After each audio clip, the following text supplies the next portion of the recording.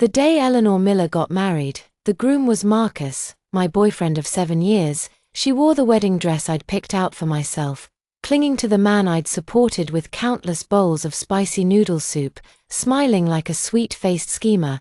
The sympathetic glances from all the guests pierced me like needles, and Mr. Miller and Mrs. Miller were so enraged they almost passed out. In the chaos, I spotted the man my sister had kicked to the curb, her executor bankdam.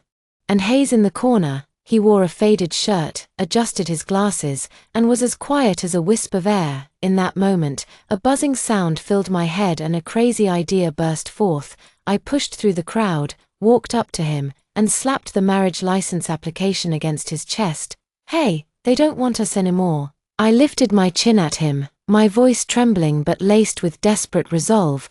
"The county clerk's office closes at 9, if we go now. There's still time to get you a milkshake from the diner. Are you in before we continue? Please subscribe to this channel and tell us where you're listening from in the comments." Eleanor Miller's wedding. The groom was Marcus, my ex-boyfriend. The wedding officiant on stage passionately recited their love story, talking about how they fell in love at first sight and overcame all obstacles. I stood below feeling like a complete joke. The surrounding relatives' eyes darted about, filled with pity and a hint of excited Schadenfreude.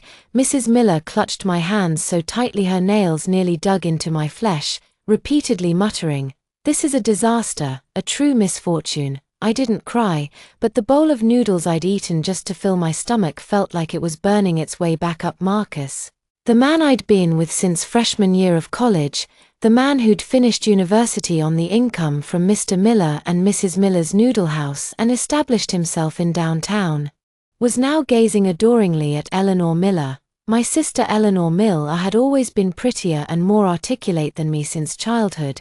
She wore the wedding dress I'd long admired, looking as pure as an only I knew, the cunning and malice hidden beneath her wings.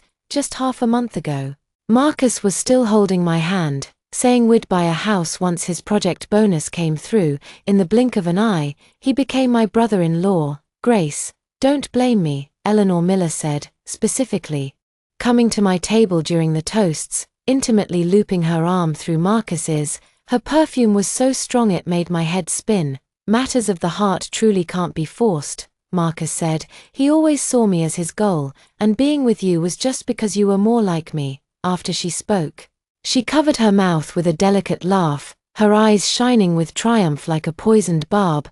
Marcus's face flashed with a hint of embarrassment. He didn't dare look at me, only held his glass and vaguely said, "Grace, we can still be friends." I looked at him, this man I had loved for 7 years, and suddenly felt he was a complete stranger. I didn't even bother to ask why just then. Out of the corner of my eye, I caught sight of someone in the corner near the kitchen door. Ethan Hayes was silently standing. He was Eleanor Miller's ex-husband's bankdam contract worker at the community library, known for being honest, or rather a pushover. Eleanor Miller thought he was inept and didn't earn much less than a year into their marriage. She was constantly arguing for a divorce, finally got the divorce papers a few days ago and today couldn't wait to marry Marcus. He wore a slightly faded striped shirt and black-rimmed glasses behind the lenses. His eyes were as still as a stagnant pool. He held an empty plate as if he had just helped out in the kitchen. Everyone else was immersed in the absurd wedding banquet. But he was like an outsider, a man my sister had cast aside, a woman whose fiancé, my sister, had stolen. The two of us felt like superfluously inconvenient parts at this wedding. In that moment, all the injustice, anger, and resentment transformed into a burning fury. Why should they stand gloriously on stage, receiving everyone's blessings? Why should I stand here like a clown, repeatedly humiliated by their so-called love? I took a deep breath, picked up the glass of wine from the table, and downed it in one gulp. The burning liquid scorched its way from my throat to my stomach. I abruptly stood up and under everyone's astonished gaze, walked straight toward Ethan Hayes. My heels clicked against the floor, a crisp, determined sound. I reached him and he seemed surprised, adjusting his glasses from my purse. I pulled out the marriage license application Mrs. Miller had given me that morning to deposit at the bank and slapped it against his chest. "Hey, they don't want us anymore." My voice wasn't loud, but it clearly carried across the entire banquet hall. Everyone's eyes converged on us. Eleanor Miller's smile froze on her face, and Marcus's complexion instantly turned ashen. Ignoring everything, I lifted my chin, looked at Ethan Hayes, my eyes burning with fire. "The county clerk's office closes at 9. If we go now, there's still time to get you a milkshake from the diner. Are you in the entire room?" Fell silent.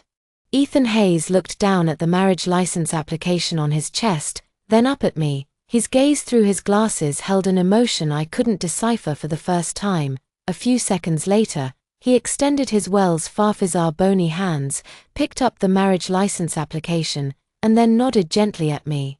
All 02 stepping out of the Grandview Hotel, the evening breeze hit me and a wave of apprehension washed over me. Inside I'd been like a warrior preparing for battle. Now, with the adrenaline gone, my legs felt weak. What had I just done? Was I really going to marry a man I'd only met a few times, a man I hadn't even properly spoken to? Ethan Hayes followed Bay, I and Demi, not too close, not too far. He said nothing, just trailed silently. His silence made me even more uneasy. "Ethan," I stopped and turned around, my voice a little weak. Was I too impulsive back there? "Maybe we should Grace Miller," he interrupted me, calling my name.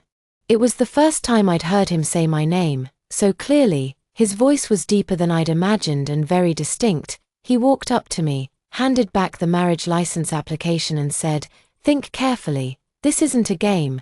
Why, once we were married I'll be your husband." His gaze was serious. Without a hint of jest, I looked at him and suddenly felt that this man, whom everyone, including my sister, called a good-for-nothing, wasn't so useless after all. At the very least he had more backbone than Marcus. Marcus hadn't even dared to say "I'm sorry" to my face. That furious fire within me flared up again. I thought it through. I snatched the marriage license application from his hand, clutching it tightly. "Let's go to the county clerk's office. Whoever backs out is a coward." With that, I turned and walked away, afraid that if I hesitated for another second I'd back out on the way to the county clerk's office. Neither of us said a word. I hailed a taxi, gave the address, and stared out the window.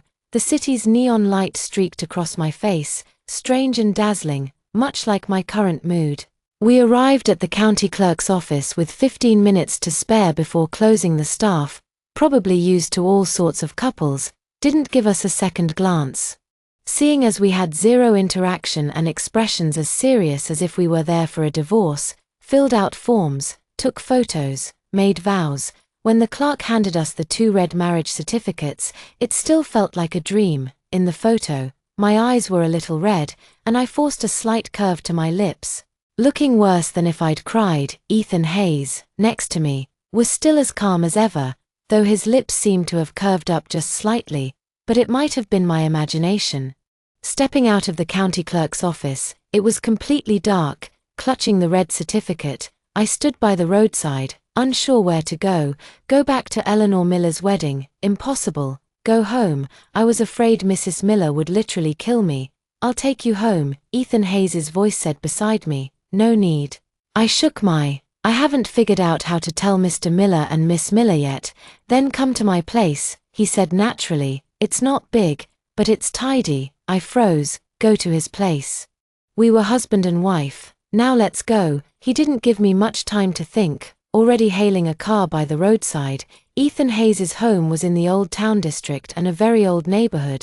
The hallway light was broken. It was sound activated, and we had to stomp our feet for a long time before it finally flickered.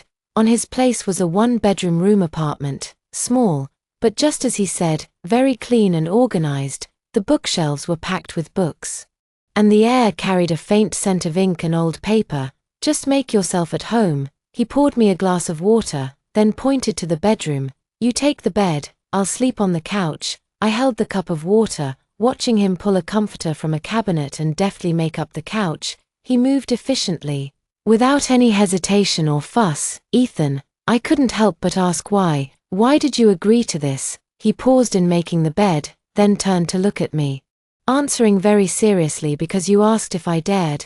I figured if a woman dares, there's nothing for a man like me to be afraid of." The reason was simple and direct, and he paused, adding, "I also wanted a different kind of life. I suddenly understood he and I were both pushed to a breaking point by Eleanor Miller and Marcus. We both needed an escape, a definitive farewell. This marriage felt more like an alliance of two defeated souls. All right, I took a sip of water. Suppressing a whirlwind of thoughts. Happy alliance, he smiled, his eyes behind his glasses curving like crescent moons in the night sky. That night I slept in his bed, inhaling the scent of sunshine on the blanket, and didn't sleep a wink. The next morning I was woken by sounds from the living room. Walking out, I saw Ethan Hayes, already dressed and busy in the kitchen. On the dining table were two steaming bowls of classic noodle soup, each topped with a golden fried egg and sprinkled with chopped green onion. I'm not much of a cook, this is all I know, he said, scratching his head a little sheepishly. I looked at the bowl of noodles and suddenly felt a sting in my nose. It had been a very long time since I'd had someone make breakfast for me at home. I was always the one who got up early to cook for everyone, and when I was with Marcus, he had never lifted a finger. I sat down and took a bite of the noodles. They were chewy and the broth was delicious. Your cooking is really good, I praised him sincerely. My mom taught me. He smiled. After finishing the noodles, I finally mustered the courage to call Mrs. Miller. As soon as the call connected, Miss Miller's roar came through. Grace Miller. Where have you been? Were you insane yesterday? Haven't you caused enough shame? Mom, I got married, I said calmly. To who? That good-for-nothing Ethan. Mom, I interrupted her. From now on, he's your son-in-law. We're coming home today. I hung up and looked at Ethan Hayes saying let's go. Time for the ugly son-in-law to meet the parents. Ethan Hayes didn't say anything, just quietly picked up his jacket and followed me out. I knew a tough battle lay ahead. 03R Miller's Noodle House was deep within the old quarter. The ground floor was the shop, and the second floor was where we lived when Ethan Hayes and I arrived home. It was prep time before lunch. Mr. Miller was in the kitchen, his face dark. Cho Pobo so fiercely the cutting board echoed through the house.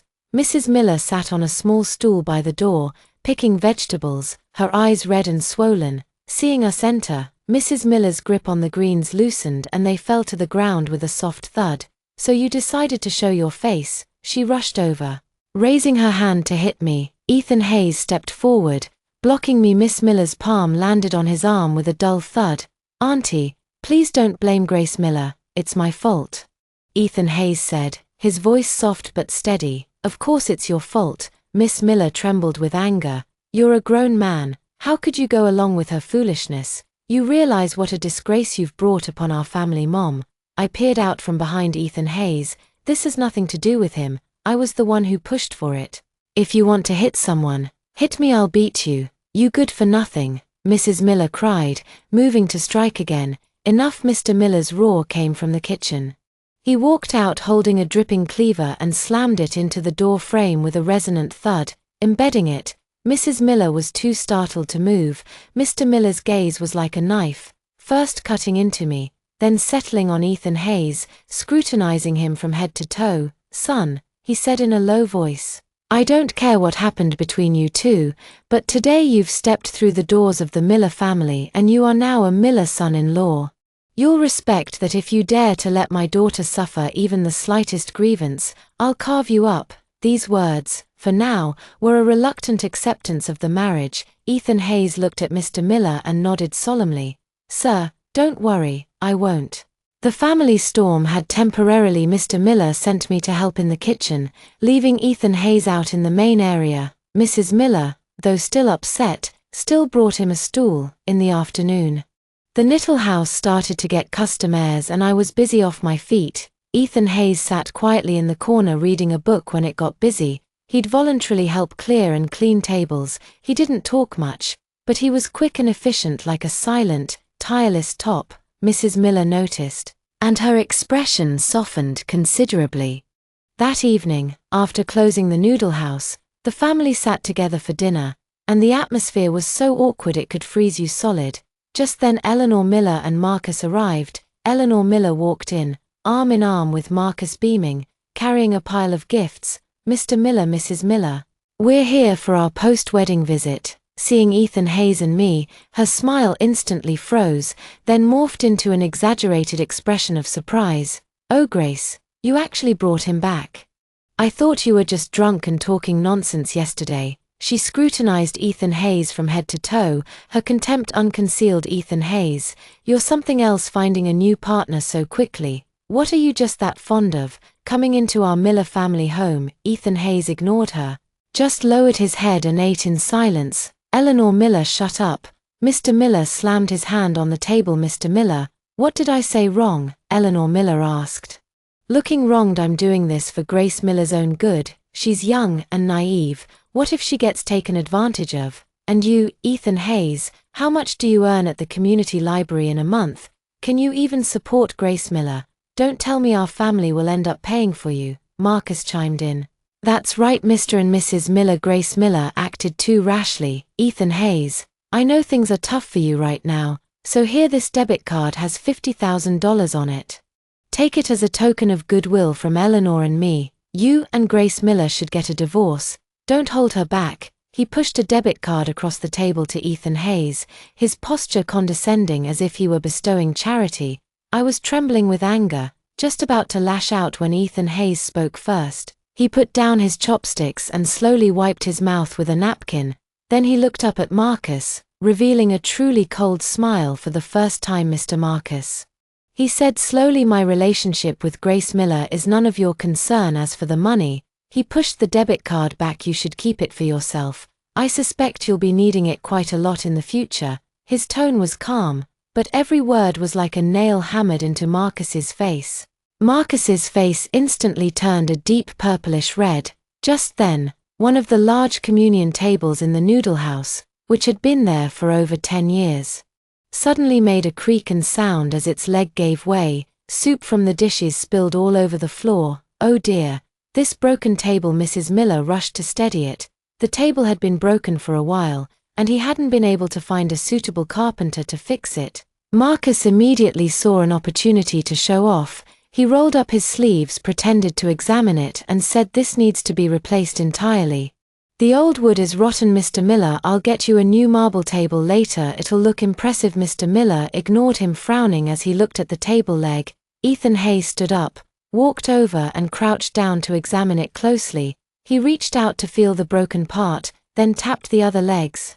Then he stood up and said to Mr. Miller, Sir, do you have any tools? The traditional joinery is loose. I can fix it. Mr. Miller paused, looking at him skeptically. Ethan Hayes didn't explain further. He simply walked into the kitchen, retrieved a hammer and chisel from the toolbox, along with some other tools I didn't recognize. He then crouched beside the broken table and began to tinker with it. All of us watched him. His movements weren't fast, but each one was incredibly precise. The tools in his hands seemed to come alive. Half an hour later, he stood up, brushed the wood shavings from his hands, and said to us, it's done. Mr. Miller walked over and vigorously shook the table. It didn't budge, standing even edie than a new one. Everyone was astonished. Eleanor Miller pursed her lips. So what if he knows a little bit of carpentry? It's nothing special. Mr. Miller, however, remained silent. He looked at Ethan Hayes, and for the first time there was a genuine look of scrutiny and approval in his eyes. As for me, watching Ethan Hayes's steady hands manipulate the tools, a strange feeling stirred within me for the first time. This man seemed to be hiding many secrets I didn't know. About 04 after Ethan Hayes revealed his carpentry skills, Mr. Miller's attitude towards him noticeably changed. The next morning Mr. Miller actually offered him a cigarette, although Ethan Hayes politely declined. Mr. Miller's face was no longer cold. Ethan, where did you learn this craft? Mr. Miller asked. My grandfather was a carpenter. I learned from him since I was little, Ethan Hayes replied humbly. Mr. Miller nodded, not asking further. But the admiration in his eyes was unmistakable. People like us who make a living with our skills deeply respect those with genuine talent.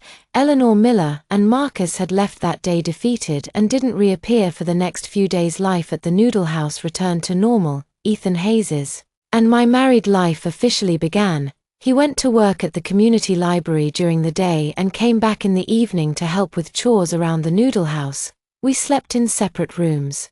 He took the small room previously used for storage, tidying it up perfectly. We were like polite, distant roommates, yet there was a strange unspoken understanding between us. He would always offer me a glass of water when I needed it most, or quietly take over the heaviest tasks when I was aching from fatigue. That evening, after the noodle house closed, I was alone in the kitchen. Counting the day's earnings. Business hadn't been great recently. A trendy influencer noodle house had opened across the street, stealing many of our customers. I cited the ledger, feeling immense pressure. Miller's noodle house was passed down from my grandfather by Mr. Miller's generation. The craft was still there, but the business practices were too outdated.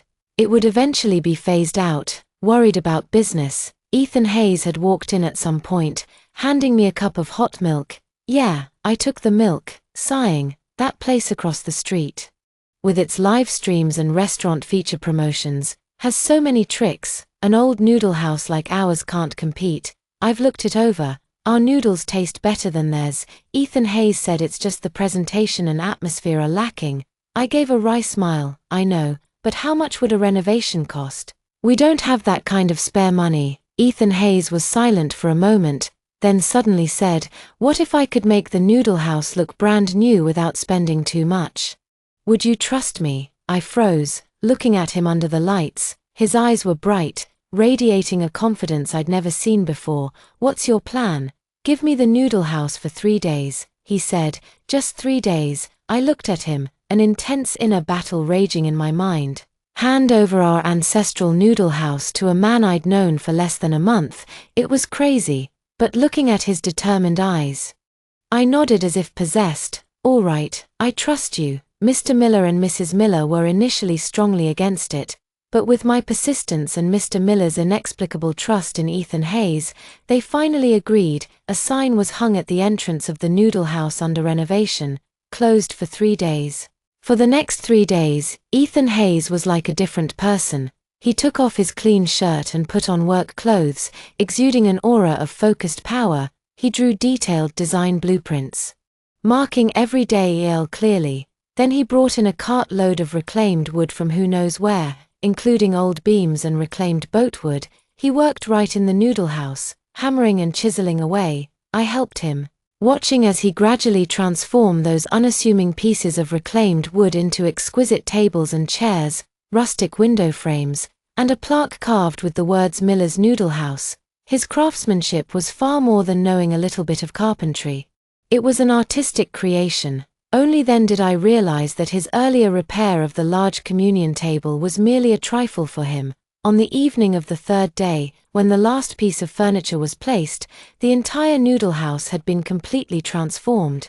The once greasy walls were covered with an ecosphere paint that had a straw-like texture, warm and rustic. All the tables and chairs had been replaced with furniture handcrafted by Ethan Hayes, each piece possessing unique grain and warmth. On the walls hung his wooden noodle-themed carvings, charming and endearing. The entire noodle house, from a greasy middle school-aged diner, had transformed into a place with soul, character and an untold story. Mr. Miller and Mrs. Miller stood at the entrance, speechless with shock. How much did this cost? Mrs. Miller stammered. The materials were reclaimed wood, so no cost their paint. I mixed myself, which cost a few $100s.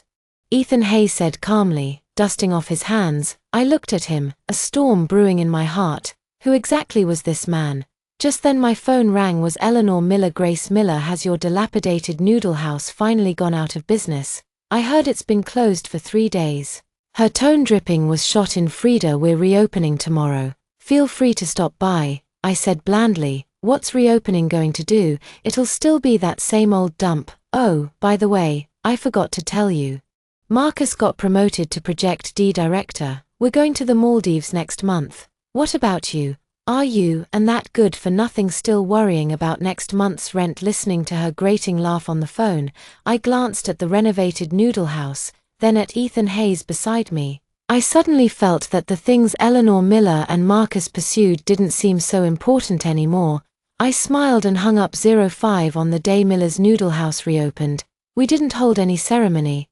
We simply pulled up the metal security gate as usual. However, the passing neighbors were all astonished. Old man Miller, your noodle house, did you strike it rich? It's decorated like something from TV. These tables and chairs look expensive. Are they solid wood? The completely renovated noodle house was like a magnet drawing everyone's gaze. Soon the first wave of customers poured in. They ate their noodles while constantly taking photos with their phones. This atmosphere is amazing. So quaint and charming. Eating noodles here feels so classy. Look at this chopstick holder. It's all wooden carvings. So cute. I was busy making noodles and Ethan Hayes was helping out in the front. He didn't talk much, but he always managed to take excellent care of every customer by noon. The noodle house was packed with a queue, even forming outside. This was a spectacle Miller's noodle house had never seen before. In the afternoon, a young girl with a camera walked in. She ordered a bowl of our signature beef noodles and then started furiously taking pictures of every nook and cranny of the noodle house. "Boss, which master designer did you hire for this place? It has such a unique vibe," she asked Mr. Miller. Mr. Miller chuckled and pointed to Ethan Hayes, who was wiping tables. "My son-in-law, he did it." The girl's eyes lit up instantly. She rushed over to Ethan Hayes excitedly saying, "Hello, I'm a restaurant feature blogger. Could I interview you for a few minutes? Your design is incredible. This blend of new Chinese style and everyday charm is absolutely brilliant." Ethan Hayes paused, seeming unaccustomed to such attention, and politely shook his head, though a little disappointed. The girl still posted photos and videos of our noodle house online, with the caption "A hidden gem of a noodle house in the old quarter, delicious and picturesque with amazing design." I hadn't expected that post to go viral overnight.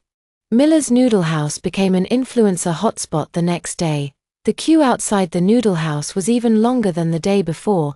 Many people drove luxury cars coming specifically from the other side of the city just for a bowl of noodles and to take some photos. Business at the noodle house was so booming that our whole family was bustling about. Mrs. Miller watched the increasing flow of money in the cash register, her mouth practically split into a grin. Her gaze towards Ethan Hayes also transformed from initial disdain to the fond appreciation of a mother-in-law growing fonder with every look. She even started serving Ethan Hayes food and asking about his well-being. That evening, after tallying the day's earnings, we found that a single day's revenue was more than an entire week's past earnings. Mr. Miller brought out the fine whiskey he'd saved for years, insisting on a drink with Ethan Hayes. "Ethan," Mr. Miller said, his cheeks flushed from drinking, patting Ethan Hayes' shoulder, "I was short-sighted before, please forgive me. It's Grace Miller's good fortune to have found you, and it's a blessing for our Miller family too." Ethan Hayes just smiled and said, "Sir, I was just doing what I should." I looked at him, a warmth spreading through my heart. This man, in the most silent way, had brought me and our family the greatest dignity, just as our family business was booming. Eleanor Miller and Marcus reappeared. They had found us after seeing the online posts. As soon as Eleanor Miller walked in, seeing the bustling scene and the completely transformed decor of the noodle house, her face turned green. "Grace Miller, what kind of dumb luck did you stumble into?" she said sourly. Marcus, on the other hand, looked utterly incredulous. He walked around the noodle house, his gaze finally settling on Ethan Hayes with a complex expression. "Ethan Hayes, I never expected you had this talent. Just a minor craft, nothing impressive," Ethan Hayes said blandly. "All right, stop pretending." Eleanor Miller interrupted him impatiently. "I'm here to talk serious business today. Mr. Miller, Mrs. Miller, Marcus's company is planning an urban renewal project in the old quarter soon. And our area is right within the plans. Marcus is the project director, so he can help us get the best possible terms." Mr. Miller and Mrs. Miller immediately perked up. "Really, that's wonderful." Marcus cleared his throat, adopting a leadership demeanor. "Mr. and Mrs. Miller, here's the situation. According to the preliminary plans, this entire area is slated for demolition. However, I can use my position to ensure Miller's Noodle House is preserved as a unique historical establishment, and I can even help you secure a grant to double the size of your noodle house." Hearing this, Mr. Miller and Mrs. Miller's eyes lit up. However, Marcus's tone shifted. "I have a condition." His gaze fixed directly on me. "I want to acquire 90% of the shares in Miller's Noodle House. From now on, our company will operate the noodle house and you'll just receive annual dividends."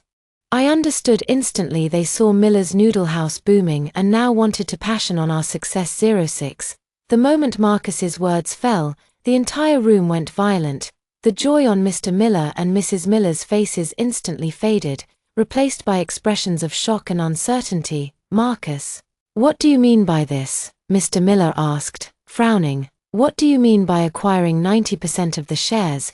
This noodle house is our family legacy. Mr. Miller, why don't you understand?" Eleanor Miller cried impatiently, clinging to Miss Miller's arm. "This is a good thing. You won't have to work so hard anymore. You can just sit at home and collect money every year. How great is that? Marcus is doing this for our family's good, or for your own," I scoffed, stepping forward. I walked up to Marcus, staring directly into his hypocritical face. "Marcus, you're incredibly calculating. You see, our noodle house is booming, and now you want to pull a fast one. First you threaten Mr. Miller and Mrs. Miller with demolition, then you promise them the world only to eventually our family's foundation. Are you a project director or an empty-handed director?" My words were like a slap across Marcus's face. His complexion cycled between pale and green. "Grace Miller. How dare you speak like that?" Eleanor Miller shrieked. "Marcus is trying to help us out of kindness, and not only are you ungrateful, but you're slandering him. Are you just jealous of me?" "Jealous of you?" I scoffed as if I'd heard the funniest joke. "Am I jealous you found a man with no integrity or respect for agreements, or am I jealous you'd sell off your own family's legacy?" "You," Eleanor Miller was so furious she couldn't speak. Mr. Marcus Ethan Hayes had stepped to my side unnoticed. He looked calmly at Marcus, his tone carrying an undeniable authority. "The renovation design and subsequent brand planning for Miller's Noodle House. All intellectual property rights belong to me. Is your operating an attempt to infringe upon my intellectual property rights?" Marcus's pupils suddenly constricted. Only then did he realize that Ethan Hayes was no longer the pushover. He could easily manipulate intellectual property rights. "You're a librarian. What do you know about intellectual property rights?" Marcus retorted stubbornly. Ethan Hayes didn't argue. He simply took out his phone, opened a page, and handed it to Marcus. It was a professional design website featuring a designer profile under the name Ethan Hayes, showcasing various stunning woodworking pieces and spatial design case studies. Below each work was detailed copyright registration information. The most recent case study among them was the renovation of Miller's Noodle House on the profile. The designer's title read National Level Registered Spatial Designer, founder of the Craftsman's Guild. Marcus's eyes widened further and further, and cold sweat started to beat on his forehead. The Craftsman's Guild wasn't that the top national design studio specializing in traditional aesthetics. Rumor headed one of their design proposals was worth millions. "You Ethan Hayes from the Craftsman's Guild." Marcus's "I'm just a craftsman at the studio," Ethan Hayes said blandly, taking back his phone. That single word craftsman carried more weight than any title. Eleanor Miller was also stunned. She stared blankly at Ethan Hayes, as if seeing him for the first time. She couldn't reconcile the calm, powerful man before her with the good-for-nothing she used to order around, who never dared to breathe a word. She had been married to him for a year and hadn't even known he possessed such immense talent. "Impossible. This is impossible," Eleanor Miller murmured. "Nothing is impossible," I said, looking at her, enunciating each word. "Eleanor Miller, you always looked down on artisans and on our little noodle house. All you cared for was money and status. That's why you couldn't see the value in the people around you or the truly precious things. Now, please leave. Miller's Noodle House does not welcome you." My voice wasn't loud, but it was filled with power. Marcus and Eleanor Miller's faces were utterly grim. They knew they wouldn't be cashing in on our success today. They slunk away, sheepishly, watching their retreating, pathetic figures. I felt no thrill, Oliver Van.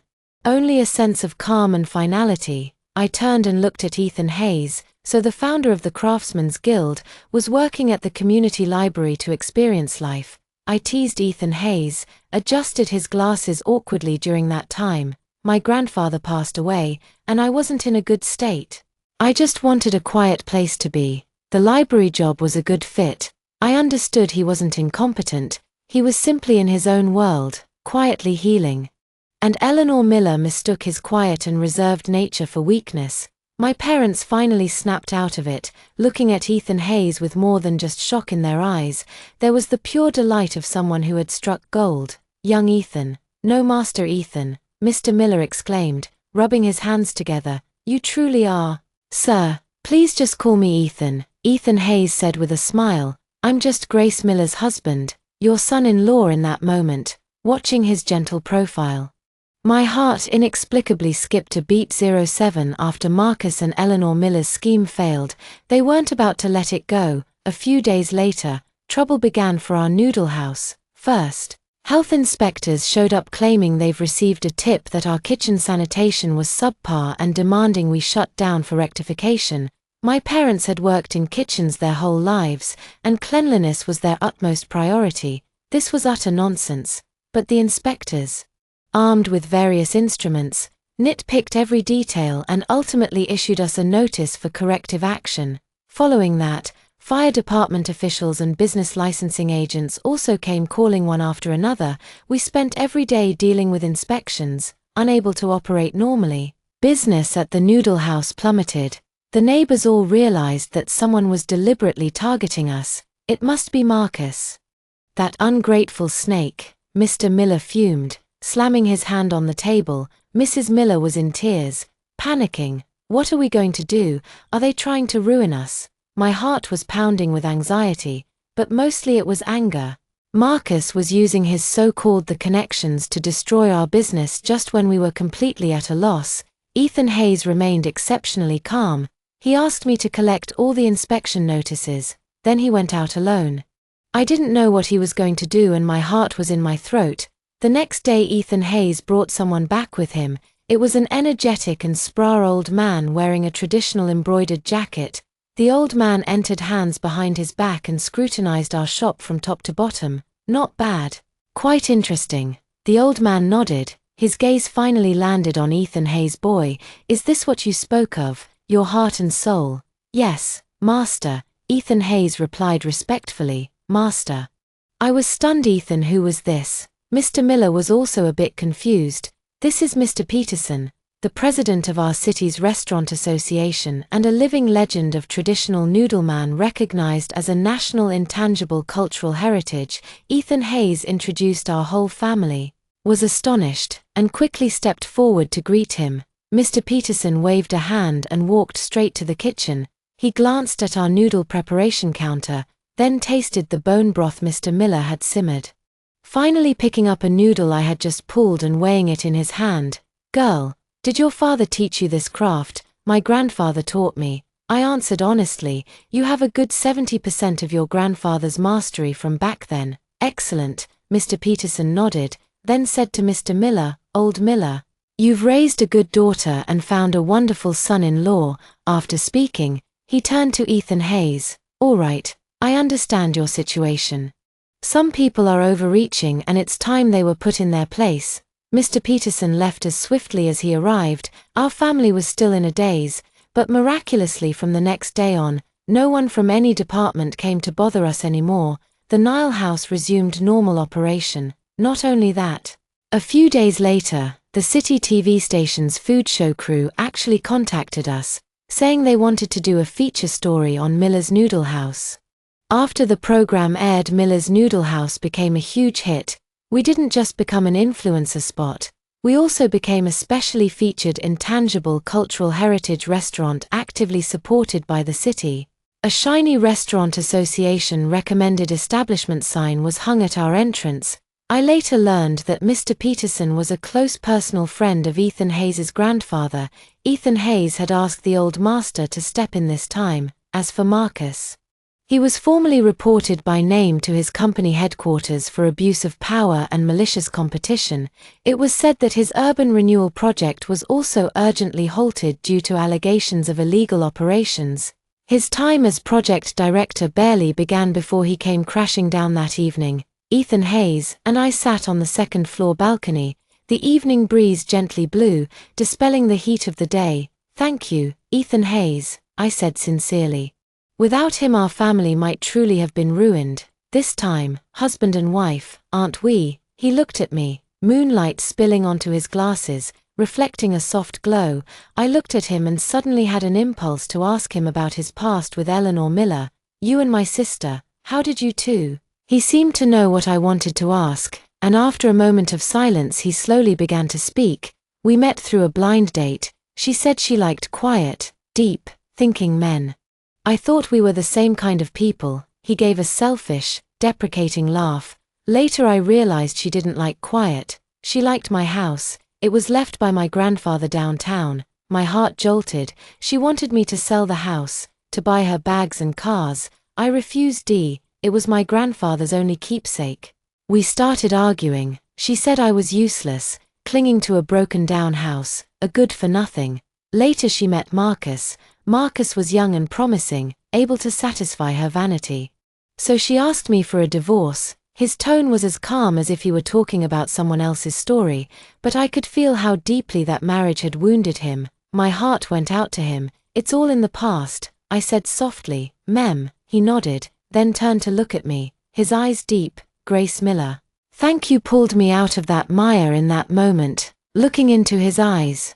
I felt something shift quietly between us. 08 News of Marcus's suspension pending investigation quickly spread throughout the Old Quarter.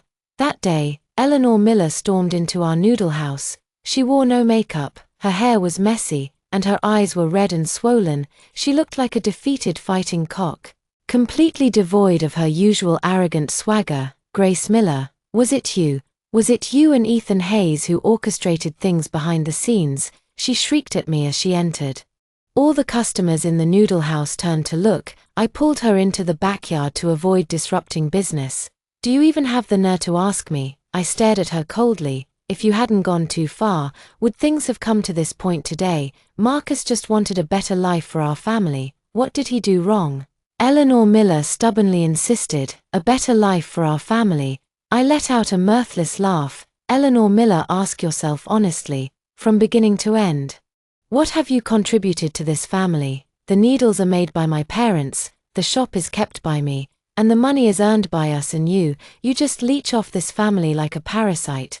Now Marcus is down, so you come here to make a scene. You've come to the wrong place." My words cut like a knife, shattering her last pretense. She froze, then suddenly squatted on the ground and burst into tears. "What did I do wrong? I just wanted a better life. I didn't want to spend my whole life selling noodles in this rundown place. What's wrong with that?" She sobbed heartbrokenly, like a lost child. I looked at her. My emotions a complicated mix. I hated her, her selfishness, her betrayal. But at that moment, seeing her like this, I also felt sorry for her. She was trapped by her own vanity and desires, spending her entire life chasing fleeting illusions, never truly seeing what she wanted or what was truly important. I didn't bother with her anymore and turned back into the noodle house. Everyone has to pay the price for their choices. A few days later I heard that Marcus was fired from his company and might face charges for financial irregularities. His parents rushed from their hometown and caused a scene at our house, wanting us to go easy on him, but Mr. Miller directly chased them away. Eleanor Miller also broke up with Marcus. She moved back to her parents' home, spending all day in her room, not eating, not drinking and not going out. Mrs. Miller felt sorry for her and asked me to talk to her. I pushed open her door. The room was a mess and the curtains were drawn shut. She lay on the bed, her eyes vacant when she saw me come in. "Are you here to gloat?" she said, her voice hoarse. "I'm not that bored." I placed a freshly made bowl of noodles on her bedside table. "Eat something." She looked at the bowl of noodles and tears welled up again. "Grace Miller, am I a complete failure?" I was silent for a moment, then said, "Eleanor, you're not a failure, you just took the wrong path. You always tried to take shortcuts, but you forgot that the path beneath your feet is the most solid. What good is saying all this now? Why is it no good if you're willing? You can start over any time." I said, "My parents are getting older and the noodle house will need someone to take over eventually. If you're willing, start if peeling potatoes." She stared at me blankly, seemingly not expecting me to say that. I said no more and turned to leave the room. The path was her own choice. Whether she could find her way out was up to her. After dealing with these troublesome matters, Ethan Hayes's and my life gradually returned to normal. The Craftsman's Guild's reputation grew and Ethan Hayes became busier, but he insisted on coming home for dinner every day and having a couple of drinks with Mr. Miller in the evening. He integrated into the family in his own way. My cooking skills also improved by leaps and bounds. Under Mr. Peterson's guidance, I began to experiment with innovation, developing new noodle dishes based on tradition under Ethan Hayes's and my joint management. Miller's Noodle House's reputation grew and we even opened a branch. I was no longer the Grace Miller, who only knew how to work diligently. I became an independent owner. Grace the owner. That day was my birthday, and Ethan Hayes said he had a surprise for me. In the evening he took me to an apartment downtown. The apartment was on a high floor with a huge floor-to-ceiling window that overlooked the city's night view. Inside, there were no lights on, only candles, flickering. On the dining table was a meal he had prepared himself. "This is," I said, a little surprised, "home," he said, hugging me from behind, his chin gently resting on my shoulder. I bought it with the royalties from the intellectual property rights for the Miller's Noodle House renovation design. Like it, I looked at the brilliant city lights outside the window, then turned back to him. His eyes, too, seemed to be filled with stars. "Ethan Hayes," I turned around and looked at him seriously. "Our marriage back then was on a whim. Now, I want to ask you, do you regret it?" He smiled and shook his head. He leaned down and gently kissed my forehead. "Grace Miller, meeting you is the greatest fortune of my life." 090 Tom. Eleanor Miller finally emerged from her room. She had lost a lot of weight and was much quieter. Her former assertiveness was gone, replaced by a touch of tranquility in her eyes. She found me and said, "I've made up my mind. I want to learn how to make noodles." I looked at her, nodded and said, "All right, start with peeling potatoes." She didn't say anything more, picked up a vegetable peeler, and walked into the kitchen. Her movements were clumsy, and she often cut her hands at first, but my parents and I didn't help her. We just watched silently. Some paths she had to walk herself, some pains she had to experience herself. Days passed and Eleanor Miller progressed from peeling potatoes to washing dishes. Bent in eating dough and pulling noodles, her hands developed thick calluses and her skin became tanned, but her eyes grew brighter. She truly began to calm down and feel the essence of a bowl of noodles. A year later, our family's first branch noodle house opened with Eleanor Miller as the manager. On opening day, she stood by the entrance in a clean chef's uniform, smiling brilliantly. I no longer cared what happened to Marcus. I heard he paid a large sum of money to the company and returned to his hometown in disgrace, Ethan Hayes's, and my life was peaceful and happy. He moved the Craftsman's Guild workshop near our home so he could come home every day. He still liked wearing faded shirts and black-rimmed glasses, tinkering around in his workshop, but now everyone knew that this seemingly ordinary Mr. Hayes was a leading design expert in the country, and I, too, became a Welleck, Iowan noodle queen. Together, we polished the old Miller's Noodle House brand, making it shine brighter and brighter. That day was our wedding anniversary. Ethan Hayes didn't prepare any expensive gifts. Instead, he personally made me a wooden hair clip. The hair clip was shaped like a small bowl of noodles with a fried egg nestled on top, carved so lifelike and adorable. He personally placed the hair clip in my hair. "Happy anniversary, wife," he said, smiling, looking at myself in the mirror. I suddenly remembered the day we got our marriage license application back then. My heart was filled with bitterness and despair. Thinking my life was over, I thought I was simply throwing in the towel, admitting defeat. But now I understand that wasn't giving up. It was the bravest and most right decision I've ever made in my life. I gave up on the wrong person and unexpectedly found a treasure. I turned around, hugged him, and buried my face in his warm chest. "Ethan Hayes, thank you. Thank you for catching me when I was at my lowest. Thank you for showing me what happiness truly looks like." He tightened his arms, holding me closely. "Silly, we're husband and wife. Yes, we are husband and wife. We are each other's support, each other's fallback, and each other's future." 10 Another's spring arrived, Ethan Hayes's, and my baby was born, a boy with the nickname Noodle and the full name Noah Hayes. The main branch of Miller's Noodle House is now managed by my parents and Eleanor Miller, who is completely capable of managing on her own. Ethan Hayes and I, meanwhile, dedicated more time to our family and child that afternoon. The sunlight was perfect. I held Noodle basking in the sun in the yard while Ethan Hayes sat nearby carving a wooden rocking horse for our son with a chisel. Sunlight streamed onto his focused profile, casting a golden halo. I looked at him and couldn't help but smile. Who would have thought that this man, whom everyone, including myself, once considered a good-for-nothing, would bring me such a stable and fulfilling love? He not only gave me a home, but also taught me how to love and how to navigate my own life. True. Effortless success is never about getting something for nothing, nor is it about marrying into wealth. It's about loving life, even after recognizing its realities. It's having the courage to start over when facing betrayal and hardship.